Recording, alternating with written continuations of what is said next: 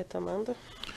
Senhor Marcelo, no depoimento que o senhor prestou, que está juntado no evento 1293, anexo 2, o senhor dizia o seguinte: todo edital tem dono, e o que se costuma dizer em negócio de construção é o seguinte: quando o edital sai na praça, é porque teve alguma empresa com algum acesso maior a determinado cliente, ou com influência maior que trabalhou o edital para o edital vir mais a contento. O senhor confirma essas declarações? Eu confirmo, mas isso não é muito Petrobras, não. Tá? Eu estava falando mais da administração pública de modo geral. Mas os seus diretores tinham autonomia e os senhores tinham ciência de que eles, de alguma forma, fazem algum tipo de ajuste de mercado? É que não é meus diretores. Vou explicar o seguinte: isso aí é 40 anos do setor de construção. Então, antes, eu nem tinha nascido, essa já é a realidade. Quando tinha um edital, normalmente, até pela capacidade que tinha maior no privado do que no público há muito tempo, o que acontecia é o seguinte: normalmente alguém do setor privado que tinha relação com aquele cliente, e não necessariamente uma relação ilícita, às vezes uma colaboração proativa, lícita, legítima, ele ajudava. Depois até agora criou o PPI, agora até institucionalizou isso, porque a gente pode, o privado pode, de uma maneira explícita, ajudar a construir uma obra. Então, alguém ajudava na elaboração de tal, com projeto de engenharia, tá? E, obviamente, o que é que ganhava com isso? Ganhava uma condição diferenciada para conseguir apresentar uma proposta com o menor tempo possível, uma proposta mais adequada ao seu. Então, isso sempre soube. Então, é comum, isso muito antes de eu me formar como engenheiro, a gente dizia o seguinte: quando tem um edital na praça, alguém ajudou esse cliente a fazer um edital. Ok. Então, alguém está mais propício ou capacitado para ganhar aquela obra do que você que não está sabendo. Então, a gente dizia isso porque sabendo o seguinte: se você ganhar aquela obra do qual você não ajudou o cliente, quer dizer que você com certeza vai ter um custo maior do que aquele outro. Ok, o senhor tinha ciência Petrobras, desculpe, mas Petrobras não é muito realidade disso, porque a Petrobras, assim como outras estatais, digamos assim, mais estruturadas, não faziam esse tipo de coisa. Então, a Petrobras era mais hermética do ponto de vista dele. O senhor tinha ciência que seus diretores, os seus LS, fazem ajustes de mercado com outras empresas para obter obras da Petrobras? Eu não realmente, os ajustes de mercado, detalhe, não. Eu sabia da questão da contribuição política. O que eu sabia é que, assim, obviamente, que tinham conversas de mercado, mas não necessariamente que... E o que é normal? Que eu também já fui engenheiro, já sei. O que é normal? Você sinaliza ao mercado quais são suas prioridades. É que nem faz o pessoal de qualquer mercado. Você sinaliza, é que nem faz, por exemplo, no setor de capital intensivo, você sinaliza que você vai fazer investimento. Aí o outro vai e não faz aquele investimento porque você sabe o que você vai fazer. Então, na verdade, você sinaliza para o mercado quais são aquelas obras, e aí o mercado informalmente vai se ajustando. Agora, o ponto de vista de práticas anticompetitivas... Mas o senhor sabia que esse tipo de coisa ocorria, essa sinalização? Não prática anticompetitiva. Essa sinalização de preferências, o senhor sabia que isso ocorria? Que esse tipo de coisa de conversa de mercado, tudo, que não beira, é normal em qualquer negócio. Então o senhor sabia que isso ocorria? Eu sabia que alguma coisa ocorria. Ok. Mas não que o que ocorria, e se era ilícito ou não. O senhor falou que embora você não sabia no detalhe então, mas o senhor sabia que poderia ter esse tipo de conversa de mercado, de preferências. Sabia que podia ter. Sabia que poderia ter contribuições para pretexto de ações políticas dentro da Petrobras. Eu sabia que com certeza havia. Eu não sabia que poderia. No caso de contribuição política, eu sabia que meus... E o senhor não fez nada para cessar essas práticas? Hein? O senhor não fez nada para cessar essas práticas? Eu não fiz nada. Veja bem, primeiro vamos separar duas coisas. A questão do conduta de mercado, eu não sabia de nada de ilícito em relação à conduta de mercado. O que sabia é que se tem... E essa questão de conduta de mercado é muito perigosa porque é difícil você saber, é uma zona cinza muitas das vezes, tá? Então só quem está no detalhe é que pode saber se é realmente anticompetitivo ou não. Mas que todo negócio, em todos os setores, pratica alguma conduta de mercado, pratica. Tá? Na questão dos pagamentos aos políticos, eu sabia que grande parte dos meus executivos, inclusive os executivos que lidavam com Petrobras, faziam sim pagamentos a pretexto de doações políticas e que uma parte disso era Caixa 2 e que no caso do Márcio, por exemplo, e do pessoal da Petrobras, eu sabia que eles tinham esse alinhamento com os diretores da Petrobras. Agora, eu não sabia qual era o tipo de acerto, o valor... Detalhe, mas o detalhe é o senhor que o senhor não sabe, mas o senhor não fez parar essa política dentro da companhia, como presidente do grupo? A verdade é que eu digo, é uma prática, infelizmente, nós sempre tínhamos noção de que essa era a questão. Errado, tá? Aqui estou reconhecendo, já confessou, mas infelizmente foi assim que eu entrei, foi assim que isso já existia há muito tempo antes de mim, e realmente eu não fiz nada para mudar isso. Ok. Nesse setor...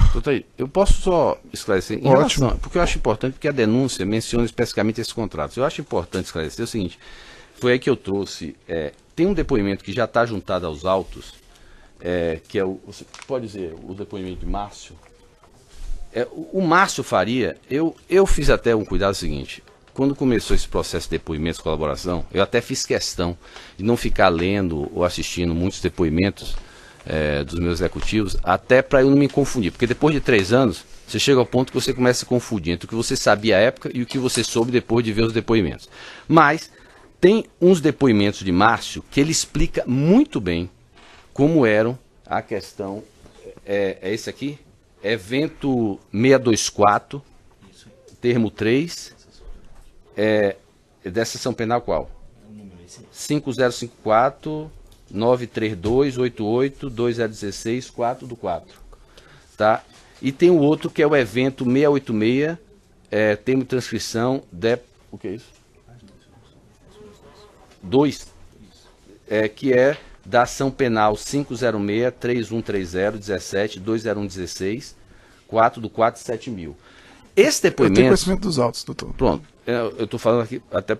Todo mundo aqui tem. Meus advogados me orientaram, desculpe, meus advogados me orientaram que se eu...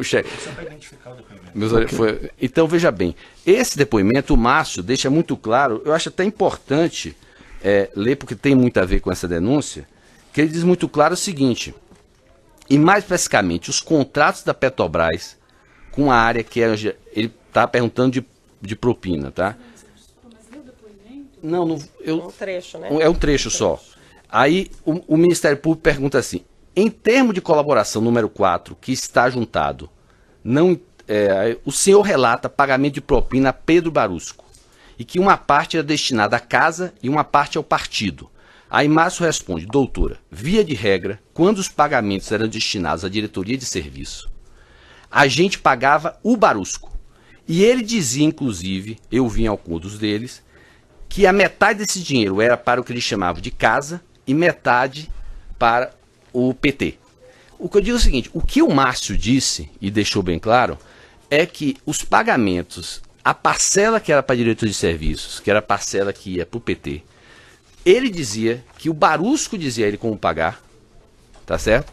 Ele não sabe informar quanto desse dinheiro ia para o Barusco ou para outros executivos ou para o partido. O que o Barusco dizia era que metade ia uma para metade para outra. E num depoimento que teve, que eu já juntei aos autos, e que só da ação do Instituto Lula, o César Rocha, que é o financeiro de Márcio, apresentou uma planilha, inclusive desses 3 contratos, onde ele detalha todos os pagamentos indevidos, acertados e pagos para estes contratos. Eu não conhecia essa planilha, não conhecia esse acerto, mas está lá. E ele diz claramente para onde foi cada centavo acertado. Então, o que eu quero dizer é o seguinte, se Lula recebeu alguma coisa desses contratos, não foi através de mim, não foi através de nenhuma tratativa minha, foi através dessa questão do Barusco. Mas isso nem meu executivo que pagou o Barusco sabe se o Lula recebeu ou não destes contratos. Tá, mas vamos voltar só àquela questão. O senhor disse o seguinte, eu entrei na companhia, já existia pagamentos indevidos, eu cheguei lá, continuava os pagamentos indevidos e eu, como presidente do grupo, não fiz nada para cessar. O senhor confirma? Eu confirmo, é o que está no meu relato, eu fui punido por isso. O que eu estou dizendo é o que está na denúncia. Tudo bem, sobre os vamos continuar com as perguntas. Não, já respondeu, doutor. Com relação ao denominado setor de operações estruturadas, como é que o Huberto Silva assumiu essa condição de... Foi acho que 2006, não foi? Eu estou te perguntando. Acho que foi 2006, 2005, 2006, quando o antecessor dele teve um AVC. Ok. E quem que encarregou ele de fazer essas funções? Foi eu que escolhi em alinhamento com, na época, meu líder, o Wilberto. Ok. Quem mais participava da equipe do senhor Alberto Silva? Eu escolhi o Berto, aí ele que estruturou, ele depois botou, já tinha na verdade, a pessoa anterior dele já trabalhava com as duas meninas que estavam lá, eu acho que a Lúcia e a Ângela, ela já estava há bastante tempo, eu acho. E aí depois o Berto chamou para a equipe dele o Luizinho e o Fernando Migliatti, né? E quem que é o Bira?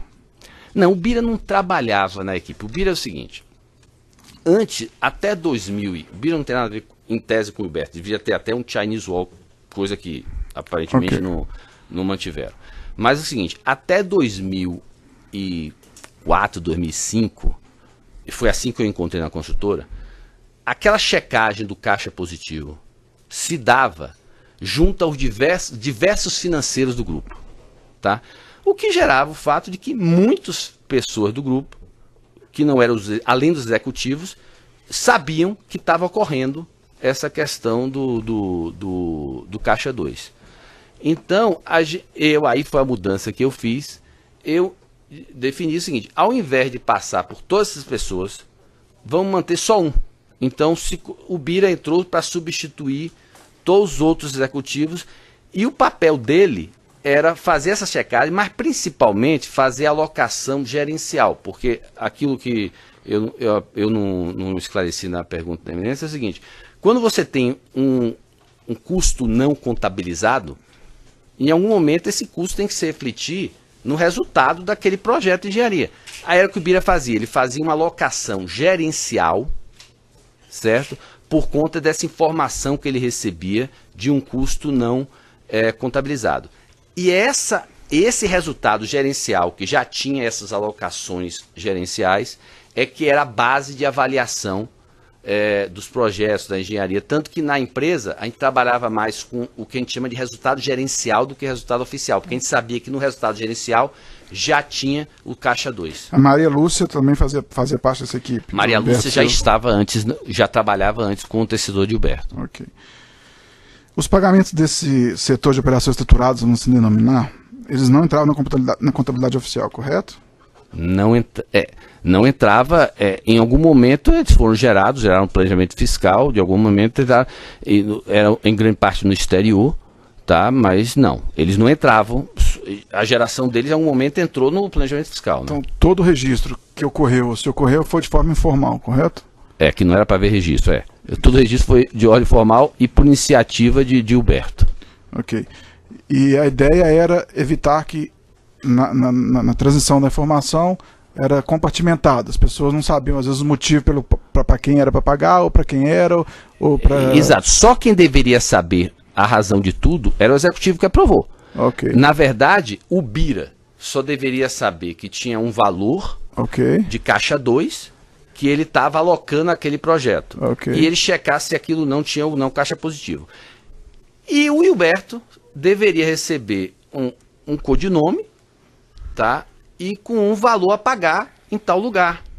Ponto final. Quer dizer, só quem deveria ter essas informações e assim, tê-lo não seu controle, como eu tinha no caso da Planeta Italiano, era o empresário que adotou. Por exemplo, eu, no meu caso, eu fazia a questão, eu tinha essa relação com o Paló seguido, era basicamente a única coisa que eu tinha, e eu fazia meu controle. Ok.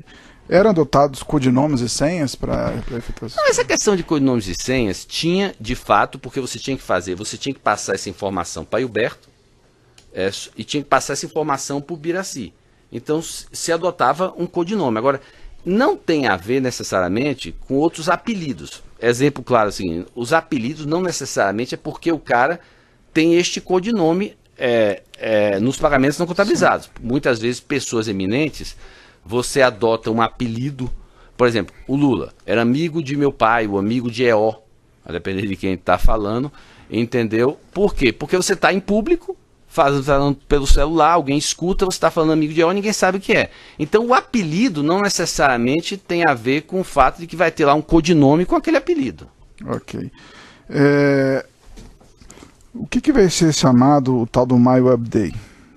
Olha, o My Web Day era outra coisa que eu, pelo menos, não sabia da dimensão de uma série diferente. O MaiOBD eu sabia que, de alguma maneira, o Bira, que fazia este controle gerencial de alocação, ele tinha que ter um controle, mas, na minha visão, ele fazia alocação gerencial e ponto final. E eu acho que grande parte dos executivos não sabíamos que havia um sistema controlando tudo isso. Ok. Então, eu no caso do Drauzio e do MaiOBD, eu só soube deles realmente no âmbito daquela operação depois que teve a Xepa e a Acarajé, foi que eu soube do Drauzio. O MaiOBD eu sabia que havia algum tipo de controle, mas não da dimensão que era. Ele era um sistema para se comunicar. O MaiOBD, em tese, não, eu acho que ele era uma dimensão muito maior do que isso, não precisava. Mas o que eu sabia era que o Bira tinha algum controle para fazer essa alocação gerencial do custo não contabilizado. Ok. Depoimento prestado na ação penal, que está juntado no evento 1293, o senhor foi indagado sobre esse setor, aí então o juiz federal perguntou, senhor Marcelo, ainda prosseguindo nesse setor de operações estruturadas, o senhor mencionou que fazia pagamentos não contabilizados, entre esses pagamentos não contabilizados, encontrava-se pagamentos de vantagens devidas para agentes públicos, ele pergunta, aí o senhor responde sim.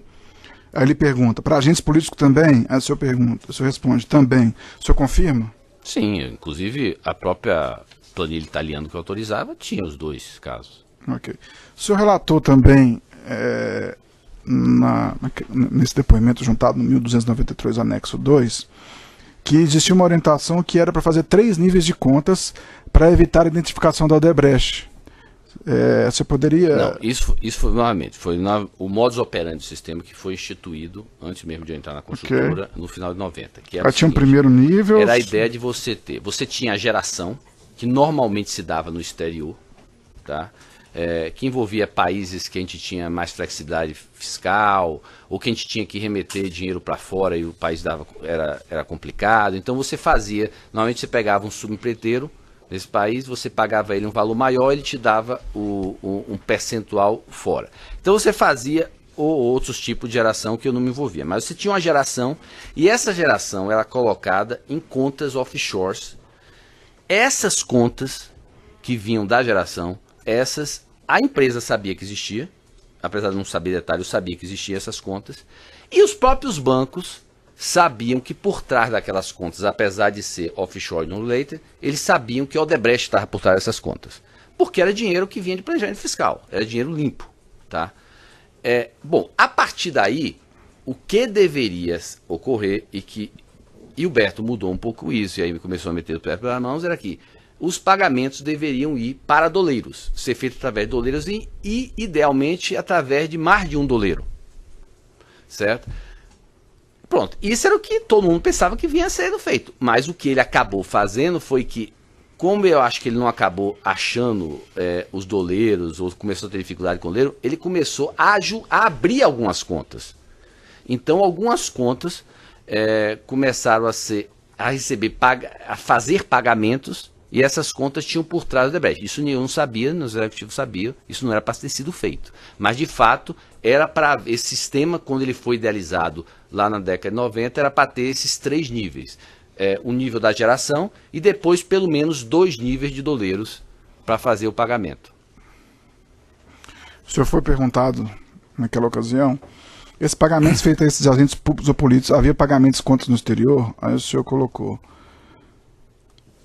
Sim. Sim, havia pagamentos em conta exterior, em espécie, inclusive a própria, nesses meus pagamentos, eu autorizei, tinha pagamentos exterior e pagamentos também em espécie. Por exemplo, João Santana, ele recebia em espécie no Brasil e recebia também em contas no exterior. Aí o juiz perguntou, naquele processo já julgado em que houve identificação de pagamentos por esse setor, agentes da Petrobras, como Paulo Roberto, Duque, Barusco, há uma série de empresas offshore que não estão em nome, mas que tem beneficiário Odebrecht, mas que realizaram depósito nas contas dessas pessoas.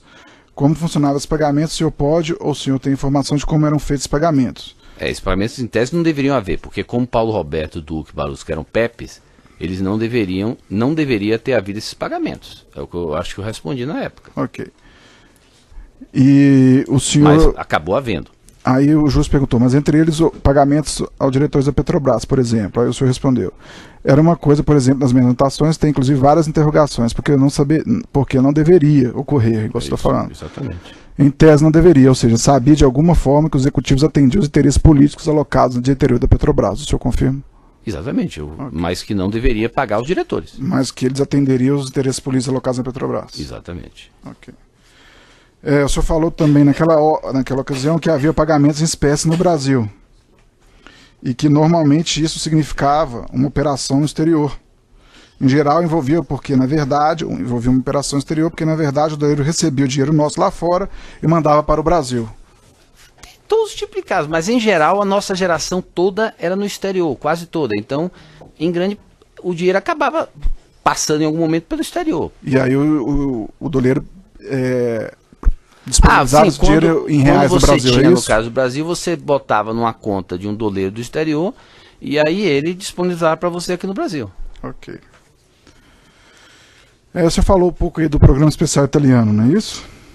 Exatamente. Na verdade, o contexto da minha relação indireta, digamos assim, com Lula, se dava através da planilha italiana. Tá? Okay. Quem era o italiano? O italiano era Palocci. Ok. E qual que era a sua relação com ele? Veja bem, na verdade, em algum momento, que eu não sei precisar quando, foi antes de mim, meu pai e Lula combinaram que, digamos assim, os detalhes, principalmente a ver com pagamentos e outros detalhes mais operacionais, seria feito por Palocci e, antes de mim, por Pedro Novis. Então, esse modus de a situação já vinha antes de eu assumir. Então, era Palocci e Pedro Novis até 2008. Aí, em 2009, quando eu assumi, mas já em 2008, final de 2008, já na fase de transição com o Pedro, eu comecei a assumir essa relação com Palocci. Então, digamos assim, a partir do segundo semestre de 2008, eu comecei a assumir essa relação com o Palocci. E aí, eu não sei como o Pedro fazia, mas eu comecei a controlar nessa conta, tá? Eu já, na verdade, como é que nasceu isso? O Palocci chegou em 2008 para mim e disse assim: Marcelo, queria a contribuição de vocês para a campanha para prefeito. Eu falei: Palocci, eu não lido com isso, eu só lido com campanha para presidente, tá? Aí no final o que a gente acabou acertando foi o seguinte: em algum momento a gente vai acertar um valor para a campanha de presidente em 2010. Portanto, tudo que eu acertar com você agora, que eu for pagando a seu pedido, vou descontar deste valor que nós vamos acertar em 2010. Bom, entre 2008 a 2010, eu e Palocci, digamos assim, referendado por meu pai Lula, acabamos acertando um valor que chegou até 2010 a 200 milhões mais ou menos, tá? Esse valor de 200 milhões, dois desses valores eram de fato, como eu falei, contrapartidas específicas. Era o que foi o assunto do refis da crise, que é inclusive objeto de uma ação penal aqui em Curitiba, que está em discussão, qual é o âmbito, e o assunto que tem a ver com o rebate em Angola, de uma linha de crédito para Angola, que é um assunto que está sendo investigado no Supremo Tribunal Federal, tem uma ação já em fase de denúncia. Esses dois assuntos tiveram contrapartidas específicas e geraram um crédito na planilha italiana, tá? Teve depois, outros foram alocações internas. Eu até depois, com os e-mails que eu protocolei, até deu ajuda, porque mesmo as alocações internas, ela de certo modo tinha os e-mails demonstram que o Palocci tinha algum conhecimento das alocações internas. Ou seja, na prática, eu e Palocci sabíamos quais eram os itens que pesavam na minha agenda com ele e que geraram créditos, seja de contrapartida, seja por alocação interna. Então foi o assunto do rebate Angola e refis da crise, que foram as duas contrapartidas, e teve dois assuntos que foram alocações internas, não teve nenhuma propina envolvida, que foi o assunto da área de infraestrutura, que é o meu anexo 4.1.2, e o anexo 4.4, que tem a ver com a área de energia, principalmente Belo Monte. Teve, obviamente, que eu já relatei, nessa minha relação com o Palocci, teve alguns pedidos de propina, que inclusive foram negados com base na existência dessa planilha italiana, e que eu imagino que outras empresas acabaram tendo que pagar. Então veio, por exemplo, a questão de Belo Monte, a questão de sondas. Sobre isso aí, eu acho que é até importante entender o contexto dessa nossa relação com Lula. Eu identifiquei e-mails que eu já tinha protocolado a PGR e vou anexar ao processo, que é um e-mail que mostra uma conversa que Alexandrino teve com o Palocci, onde ele sinaliza, inclusive, que o pedido que a gente não aceitou de propina para Belo Monte e para as sondas da Petrobras iam para Lula. Esse e-mail eu vou anexar. Então tinha essa relação, e essa relação ela gerou, até 2010, 200 milhões de créditos. Aí foi aquela história que eu na época da colaboração, eu me lembrava de como... Foi uma das maneiras que eu consegui de evidência de que Lula conhecia a planilha italiana, quer dizer, não necessariamente a planilha italiana, mas a conta corrente com Palocci, porque eu nunca conversei com Lula sobre isso, só conversava com meu pai e com Palocci. Mas uma das evidências que eu tive foi aquele assunto que tinha uma anotação minha, que eu cheguei para meu pai, em 2010, e disse assim: meu pai, é bom você avisar a Lula que eu já acertei com o Palocci 200 milhões, sendo 100 milhões já pago, 100 milhões a paga de saldo, e além desses teve mais 100 milhões que eu imagino que estimava que meus executivos já acertaram com o PT. Aí foi aquela história de que meu pai foi pro Lula, e a história que, apesar de eu discordar digamos assim, do nome que ele usa e da forma que ele usa, mas foi a história do tal do pacto de sangue que o Palocci se refere, apesar de eu discordar desse termo, mas história para sangue, que o meu pai foi pro Lula e falou dos 300 milhões. Aí o Palocci, por que eu tenho certeza que o Lula falou? Porque o Palocci voltou para mim e disse 300 milhões. Eu falei: peraí, Palocci, meu pai não disse que eu acertei com você 300 milhões. Eu acertei com você 200, teve mais 100 dos executivos. Aí tem um e-mail, que foi entre os e-mails que eu protocolei, que é um e-mail que eu protocolei nesse evento de março, de fevereiro, que é um e-mail que eu mando para o Brani, um e-mail que eu mando para o Brani em 23 de agosto de 2010, dizendo assim: Brani, por favor, diga ao chefe, que era Palocci, chefe dele, que do valor que meu pai se referiu, 1/3 são referentes ao apoio direto às bases. Quer dizer, 1/3, quer dizer, 100 milhões dos 300 eram os que meus executivos tinham acertado. Que não passa por ele, Palocci. Daí o valor 50% maior citado por meu pai. Quer dizer, meu pai chegou pro Lula, falou que tinha 300 milhões, quando na verdade eu e Palocci só tínhamos acertado 200 milhões. Então, esse é o contexto da planilha italiana. Então, toda a minha relação indireta com Lula foi essa a relação através de Palocci, no contexto da planilha italiana, onde os créditos e os débitos estão muito bem documentados e registrados. Okay. E que, volto a afirmar, que não passava pela relação e não passava por contratos com a Petrobras. Tá. Agora, que de fato envolviam outras questões ilícitas. Quem era o pós-Itália? O pós-Itália é o Guido. Ok. E como Guido é que ele era tratado nessa planilha? Aí com o Guido eu abri uma outra planilha depois, que era o pós-Itália. Ok. Como é que funcionava com ele? Não, a mesma coisa, mais ou menos o mesmo modus operandi. Aí com o Guido foi mais ou menos uns... na verdade, o refis da crise acabou... É uma história mais complicada, mas o refis da crise acabou sendo usado pelo Guido e teve 100 milhões adicionais, 123 milhões adicionais que eu acertei com o Guido. Ok. E o saldo amigo, como é que era utilizado? Não, aí em 2010, em algum momento que eu não me recordo quando, mas em algum momento de 2010, eu e Palocci combinamos de reservar do saldo que havia nessa conta da planilha italiana 35, 40 milhões para Lula, para ele usar por indicação dele a partir de 2010. E uma parte desse valor, inclusive, acabou indo para o Instituto Lula. Sim. Aí eu tenho no meu relato, como provo que eu sabia que esse dinheiro foi para o Instituto Lula, porque tem todas umas quebras. Excelência, me permita fazer uma questão de ordem. O Ministério Público está formulando questões que são absolutamente estranhas ao que consta. Doutor, não são estranhas, não. Essas são estranhas. Doutor, não são estranhas. O contexto da planilha, está citada a planilha na denúncia. Doutor. Mas houve uma ação específica. Eu só pediria a Vossa Excelência para que pudéssemos nos ater ao objeto dessa ação. Está no objeto da ação, doutor. É o objeto da ação. Estamos tranquilos. Tudo bem. Eu estou fazendo uma estou dizendo ao senhor que está no objeto da ação. Fazendo uma é objeto da ação, a planilha é citada e o funcionamento da planilha é objeto da denúncia. Vamos aproveitar e interromper o áudio. Ok.